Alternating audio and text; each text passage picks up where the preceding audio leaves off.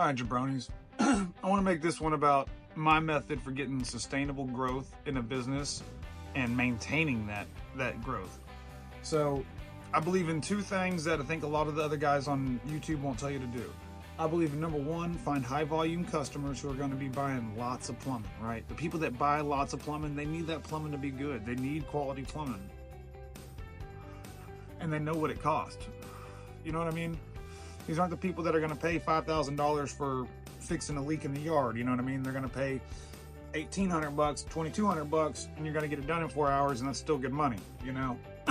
So high volume customers who are buying plumbing in bulk, right? Buying lots of plumbing. Property managers, building engineers, house flippers, general contractors, all types of people. And you build up that relationship. If the relationship don't work for you, don't keep feeding it, right? Get the fuck out of there.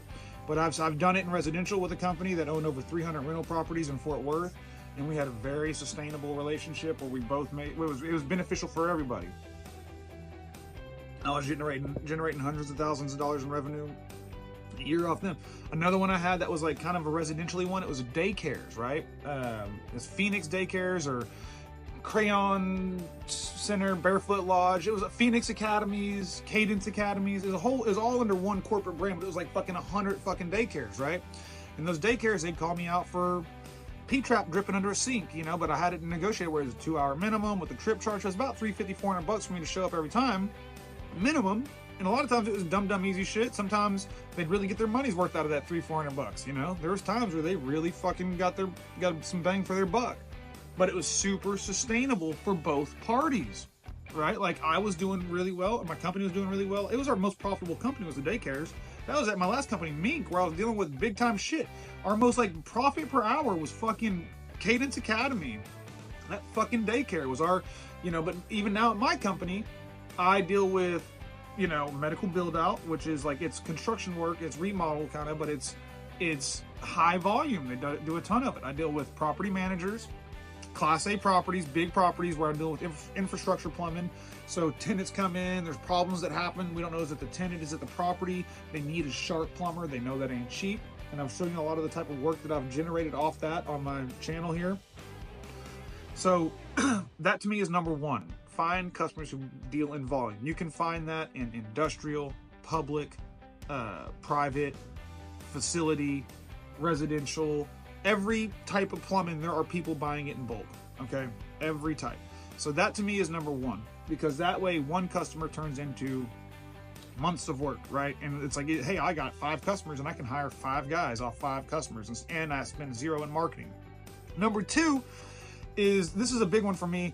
It's kind of like a Dave Ramsey thing. Like, I think like college boys would probably act like I'm some fucking, you know, ignorant redneck white trash motherfucker for saying this, which I am, right? So I am. I dropped out of high school, guys. I didn't even finish fucking 10th grade.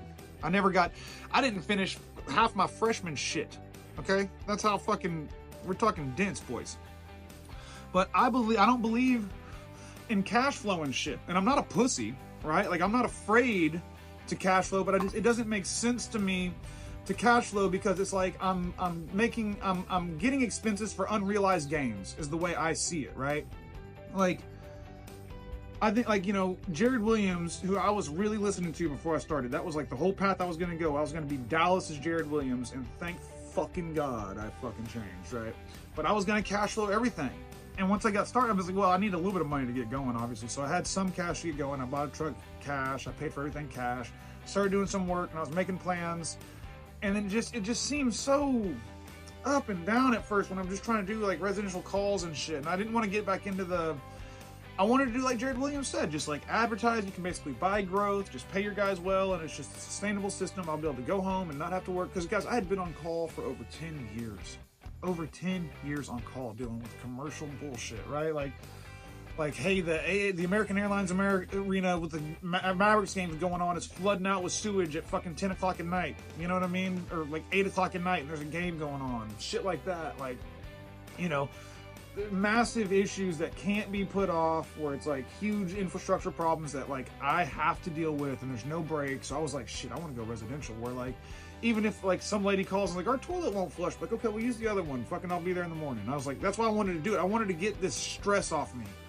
But I quickly found out, like, if you want to be big time, you're gonna have to deal with big time shit. And big time shit is stressful, and just fucking man up, get your fucking shoulders wider, boy, so you can fucking hold it, you know. And that's why I went back to the commercial shit, because I was like, the residential shit like that is just, it's picking up cans all day. It's like, yeah, you can do it, but you're just never gonna stop picking up cans. I'd rather get a big load and make one fucking trip and get a big fucking check. And so I started making money, and instead of trying to like get rich right away, I was just like, well, let me just put this money back into the company. And instead of cash flowing everything, which I really got off track here, guys, but instead of cash flowing everything, I just used my profits offensively. This is a Dyson Plumbing method. LLC, TM, trademark, forever, Ricky Bobby Inc. That using your profits offensively, just instead of getting rich right away, instead of saying, okay, fuck yeah, here's 30 grand for me, buy a van, right? Outfit a plumber cash. And now you have that asset. It's like, it's hard. It's like, there's no recurring payment. There's no pressure on this guy to do this shit. And so as I did that, right, as I just like obtained assets through my cash, and now I got all types of shit, right? All fucking types of stuff. Like, it would blow you away how much shit I have and how capable my company is. I can go build a fucking hospital ground up right now, boys. I got that, and I had the ability to do more revenue. Once I had the ability to do more revenue, I did more revenue. And then it was like, holy fuck, all this is paid cash. And so like, it like snowball.